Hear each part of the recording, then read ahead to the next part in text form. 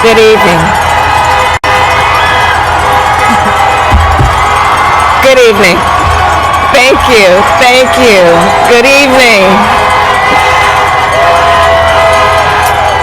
So, thank you. Good evening. So, Congressman John Lewis, before his passing, wrote, "Democracy is not a state, it is an act." And what he meant was that America's democracy is not guaranteed. It is only as strong as our willingness to fight for it.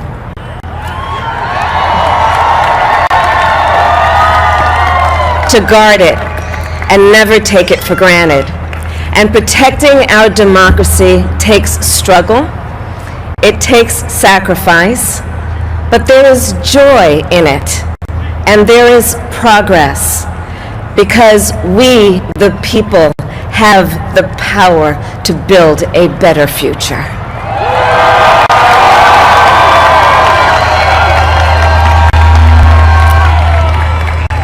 And when our very democracy was on the ballot in this election, with the very soul of America at stake, and the world watching, you ushered in a new day for America.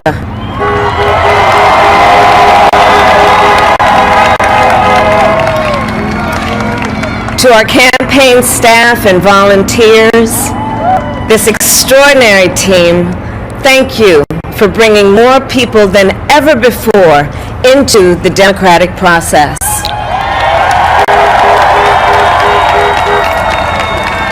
And for making this victory possible.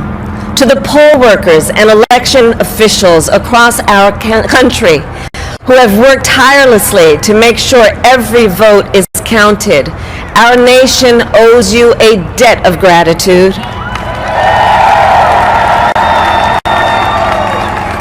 You have protected the integrity of our democracy. And to the American people who make up our beautiful country, thank you for turning out in record numbers to make your voices heard.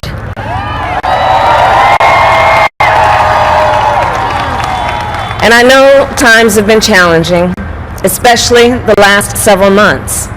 The grief, sorrow, and pain, the worries and the struggles. But we have also witnessed your courage, your resilience, and the generosity of your spirit.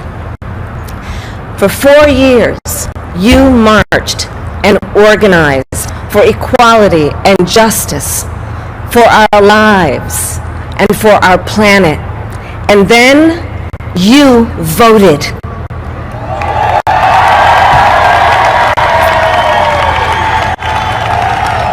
And you delivered a clear message.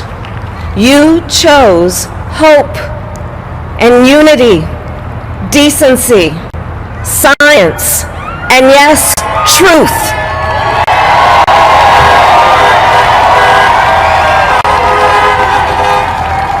You chose Joe Biden as the next president of the United States of America.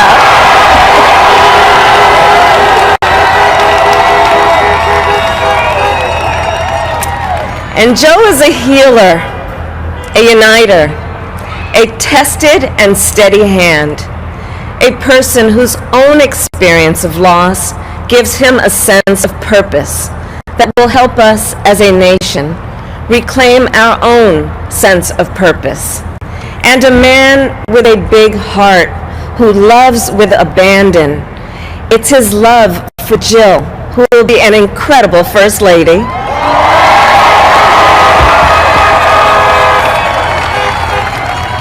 It's his love for Hunter and Ashley and his grandchildren and the entire Biden family.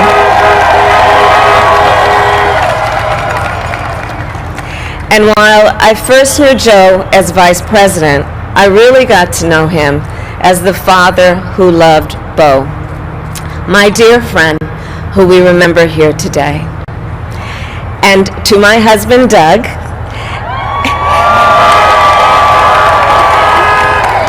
and our children, Cole and Ella, and my sister, Maya, and our whole family. I love y'all more than I can ever express.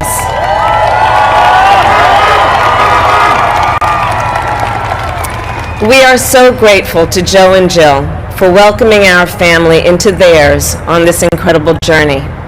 And to the woman most responsible for my presence here today, my mother, Kamala Harris, who is always in our hearts.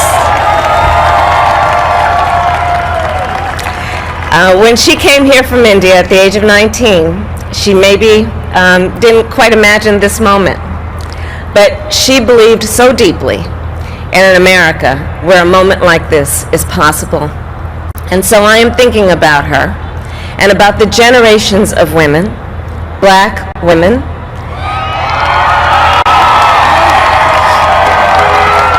Asian, white, Latina, Native American women who throughout our nation's history have paved the way for this moment tonight. Women who fought and sacrificed so much for equality and liberty and justice for all, including the Black women who are too often overlooked, but so often prove they are the backbone of our democracy.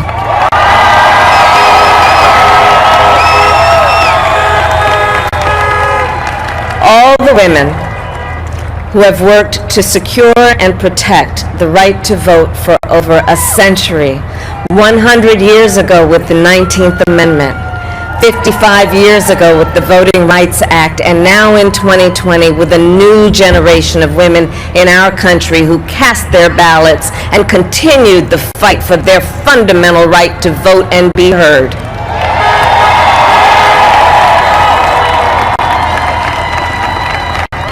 Tonight I reflect on their struggle, their determination, and the strength of their vision to see what can be unburdened by what has been. And I stand on their shoulders. And what a testament it is to Joe's character that he had the audacity to break one of the most substantial barriers that exists in our country and select a woman as his vice president.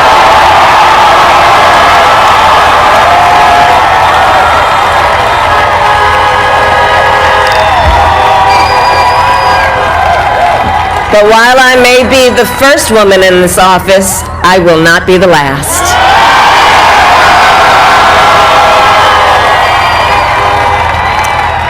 Because every little girl watching tonight sees that this is a country of possibilities. And to the children of our country, regardless of your gender, our country has sent you a clear message. Dream with ambition, lead with conviction, and see yourselves in a way that others may not, simply because they've never seen it before. But know that we will applaud you every step of the way.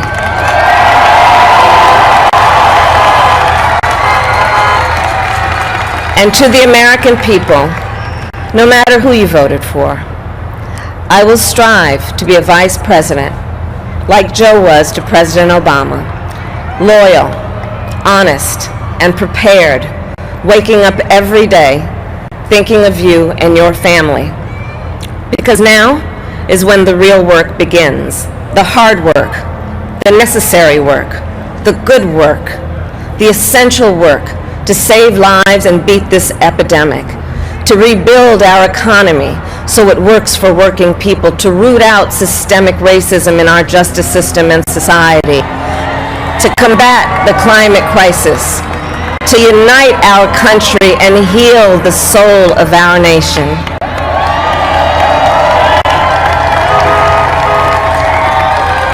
And the road ahead will not be easy, but America is ready, and so are Joe and I.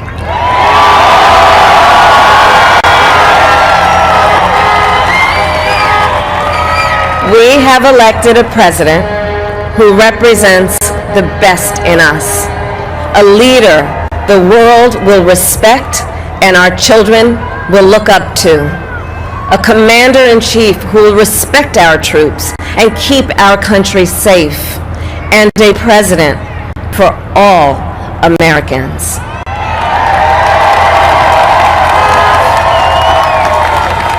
And it is now my great honor to introduce the President-elect of the United States of America, Joe Biden.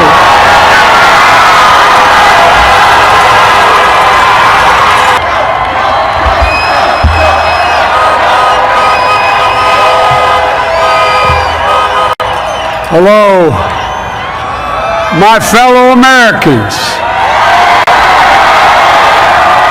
and the people who brought me to dance, Delawareans.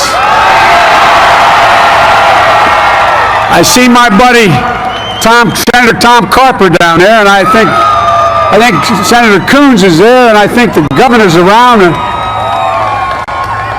Is that Ruth Ann? And that former Governor Ruth Ann Minner. Most importantly, my sisters-in-law, my sister Valerie. Anyway. Folks, the people of this nation have spoken.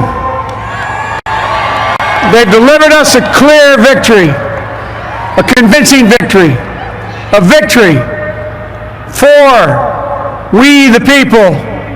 We've won with the most votes ever cast on a presidential ticket in the history of the nation. 74 million.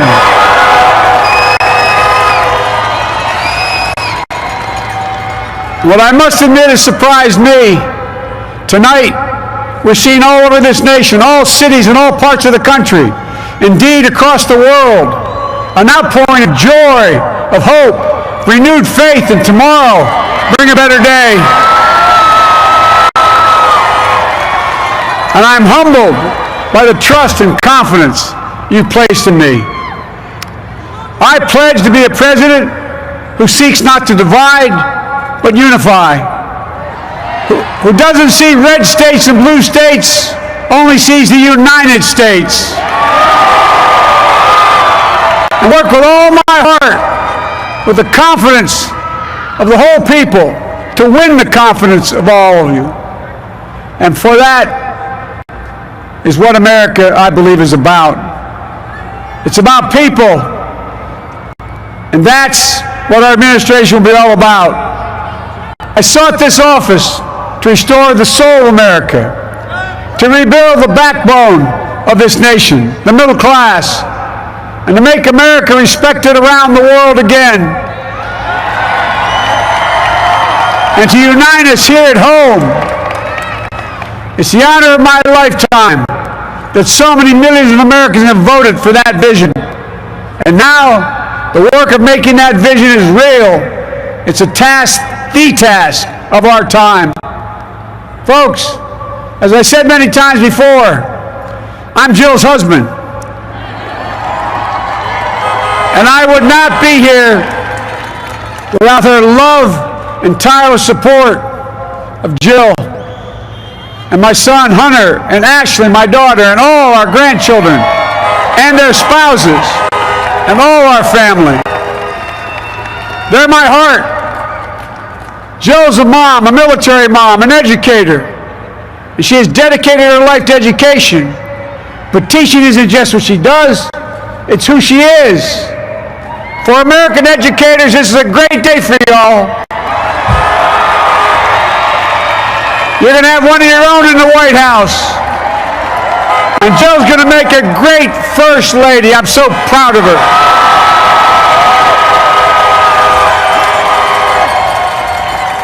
And I'll have the honor of serving with the fantastic Vice President you just heard from, Kamala Harris, who makes history as the first woman, first black woman, the first woman from South Asian descent, the first daughter of an immigrant ever elected in this country. Don't tell me it's not possible in the United States. It's long overdue. And we're reminded tonight of those who fought so hard for so many years to make this happen. But once again, America has bent the arc of the moral universe more toward justice. Kamala, Doug, like it or not, your family, you become an honorary Biden. There's no way out. For all those of you who volunteered and worked the polls in the middle of this pandemic, local elected officials, you deserve a special thanks from the entire nation. And to my campaign team and all the volunteers and all who gave so much of themselves to make this moment possible, I owe you. I owe you. I owe you everything. And to all those who supported us, I'm proud of the campaign we built and ran. I'm proud of the coalition we put together, the broadest and most diverse coalition in history. Democrats, Republicans, Independents, progressives, moderates, conservatives, young, old, urban, suburban, rural, gay, straight, transgender, white, Latino, Asian, Native American. I mean it, especially those moments, and especially those moments where this campaign was at its lowest ebb. The African American community stood up again for me. You've always had my back, and I'll have yours. I said at the outset, I wanted to represent this campaign, to represent and look like America. We've done that. Now that's what I want the administration to look like and act like. For all those of you who voted for President Trump, I understand the disappointment tonight. I've lost a couple times myself, but now let's give each other a chance. It's time to put away the harsh rhetoric, lower the temperature, see each other again, listen to each other again. And to make progress, we have to stop treating our opponents as our enemies. They are not our enemies. They are Americans. They're Americans. The Bible tells us to everything there's a season, a time to build, a time to reap, and a time to sow, and a time to heal. This is the time to heal in America.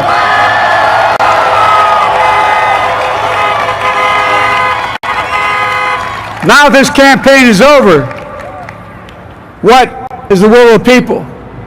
What is our mandate? I believe it's this. Americans have called upon us to marshal the forces of decency, the forces of fairness, to marshal the forces of science, and the forces of hope in the great battles of our time. The battle to control the virus, the battle to build prosperity, the battle to secure your family's health care, the battle to achieve racial justice and root out systemic racism in this country, and the battle to save our planet by getting climate under control, the battle to restore decency, defend democracy, and give everybody in this country a fair shot. That's all they're asking for, a fair shot. Folks, our work begins with getting COVID under control. We cannot repair the economy, restore our vitality, or relish life's most precious moments, hugging our grandchildren, our children, our birthdays, weddings, graduations, all the moments that matter most to us until we get it under control. On Monday, I will name a group of leading scientists and experts as transition advisors to help take the Biden-Harris COVID plan and convert it into an action blueprint that will start on January the 20th, 2021. That plan will be built on bedrock science. It will be constructed out of compassion, empathy, and concern. I will spare no effort, none, or any commitment to turn around this pandemic. Folks, I'm a proud Democrat, but I will govern as an American president. I'll work as hard for those who didn't vote for me as those who did. Let this grim era of demonization in America begin to end here and now.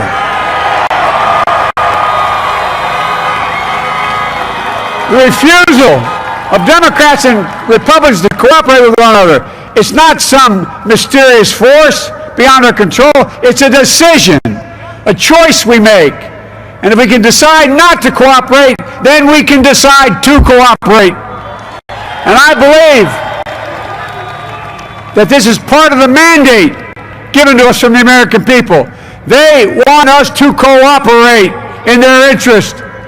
And that's the choice I'll make. And I'll call on Congress, Democrats and Republicans alike, to make that choice with me.